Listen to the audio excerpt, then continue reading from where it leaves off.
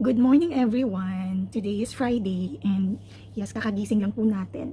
Actually, ginising ako ng diwa ko kasi I just realized, nagla-vlog ako kahapon. Tinatayo ko tong box na to. Hindi pala ako nakagawa ng intro. So today tayo gagawa ng intro. Welcome everyone!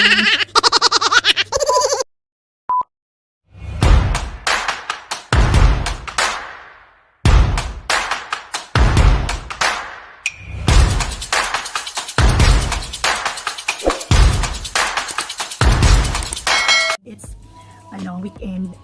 Usually dito sa Middle East, Friday talaga yung off, Friday, Saturday.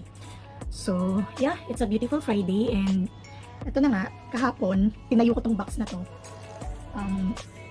Papakita ko sa inyo kung paano ko to naitayong mag-isa. And may dalawang boxes po tayo. Itong super mega. By the way, this is Makati box. Makati Express Cargo. Ito yung pinakamalaking box nila. So, currently may offer sila. Kung ito yung papadala mo, may free na bulilit. So, and let me take this opportunity din pala to thank all of my members since day 1 till date. Especially doon sa mga nagpa-member since day 1 talaga hanggang ngayon nandiyan sila. Mega love shoutout po sa inyo. Happy 7 months. So, running 8 months na po sila. And salamat po sa inyong suporta. Number 1 po dyan ang ating copy na parang lahat ata ay pinamemberan lahat ng anak nila. Sa king of membership. Si Papi natin, Papi Master Andia, si Frenny, Jassy the Dreamer, si Sweet Me to Keep, si Pretty Mirror, si Siko, Lady Rose 12, actually si Frenny dyan, then si Ma'am Shiliza, si Jana Unlimited of course, Easy Dear You, and si Ate She, Team Capio and Friends. Happy 7 months sa inyong monthsary, di ba? Maraming salamat po talaga sa inyong suporta, and to all my members, current members, Cherry 777, yan, ano to siya, to scale yun, Sai Cherry. Ate Salve Regina's channel, nandiyan din po si Mami K. Rakitera, Inay Therese Isabel, Sis Riza Pinay Vlog, CEO Cathy Magat, Miarby Bro, Photo Master, Altair Railay, Bebe, Bam Bam, Kuya Mon TV, Night Tinkerbell 83, Chelsea David, Sandugo Vlogs Attorney, salute to you, Popol The Sweet Mix, Secretary ni Coco, Therese Isabel, ano po sa Simply Lang Ka Vlog, Just Dren, Sisi, Mon Art at Newsroom, Kong Francis Stories, and Kawasaki Love TV, Ninong Job TV.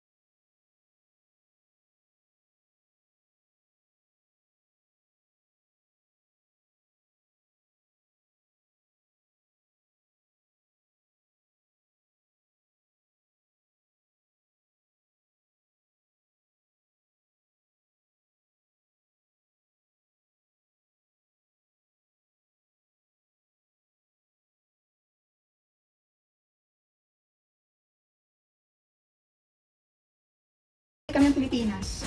Instead na trolley yung dadalhin namin. Ito na lang. Yung luggage ba?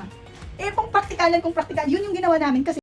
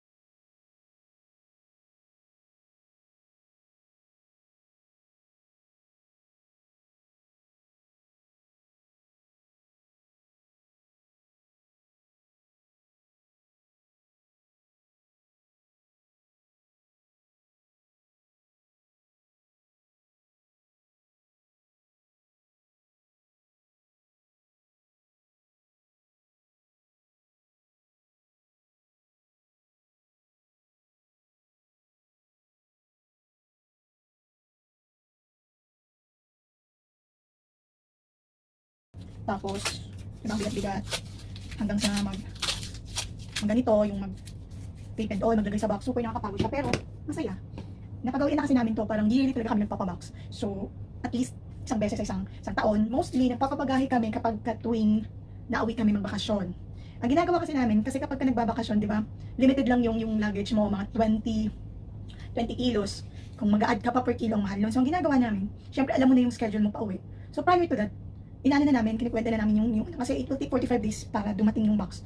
So, 2 months ahead, nagpapabox na kami. Para pagdating namin doon, may open kaming box. Tapos yung dala-dala namin, pag-uwi namin, di ba, mga tsokolate na lang. Kasi hindi kami naglalagay ng tsokolate dito. Kasi nga, 45 days, di ba, tendency is matutunaw siya unless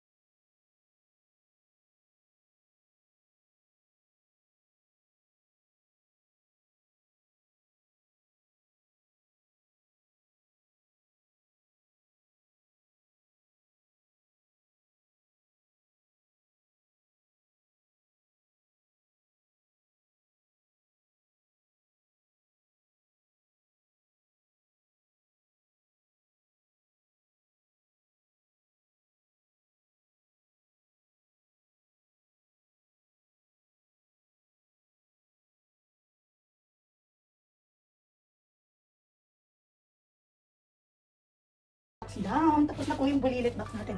Papalibutan natin yan ng clear tape para hindi siya mabasa in case na uulan during delivery or during shipping. So, papalibutan natin siya ng clear tape. At ito na nga din yung mga ilalagay natin sa bing box, no? Mga food, ayuda. Ayuda.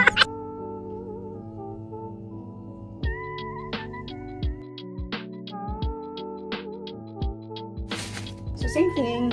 Nalagyan natin ng tape yung mga liquid items.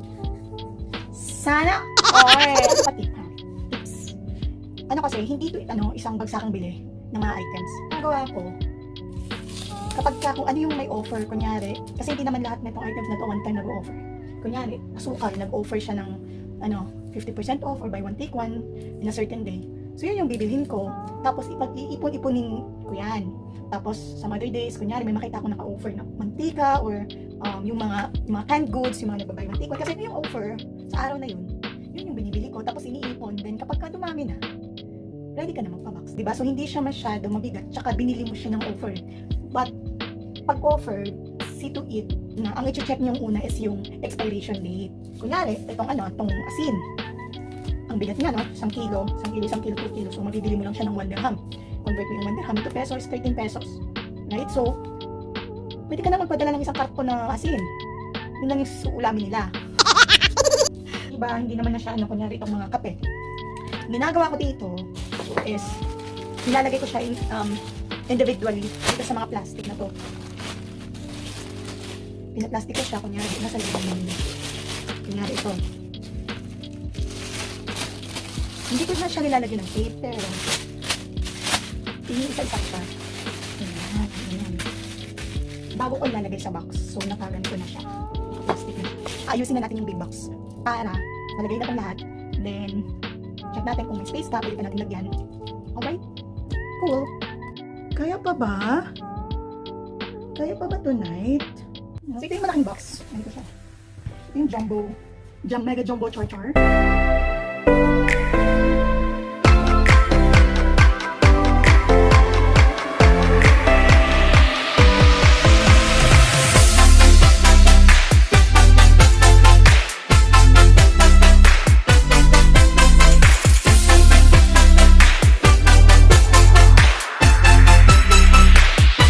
Kapoy.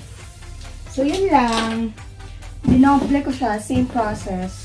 So, yung first yung brown tape, then yung duct tape, then yung third is yung clear.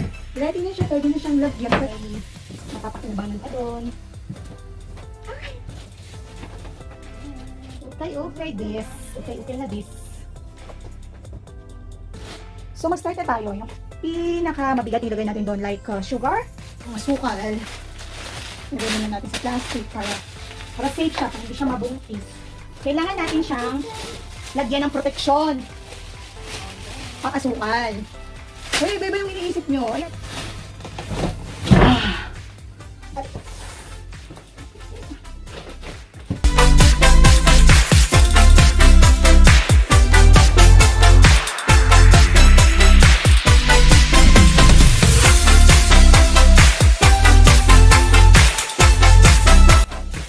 Oh, nasa likod. Malapit na siya mga lahati. Marami pa.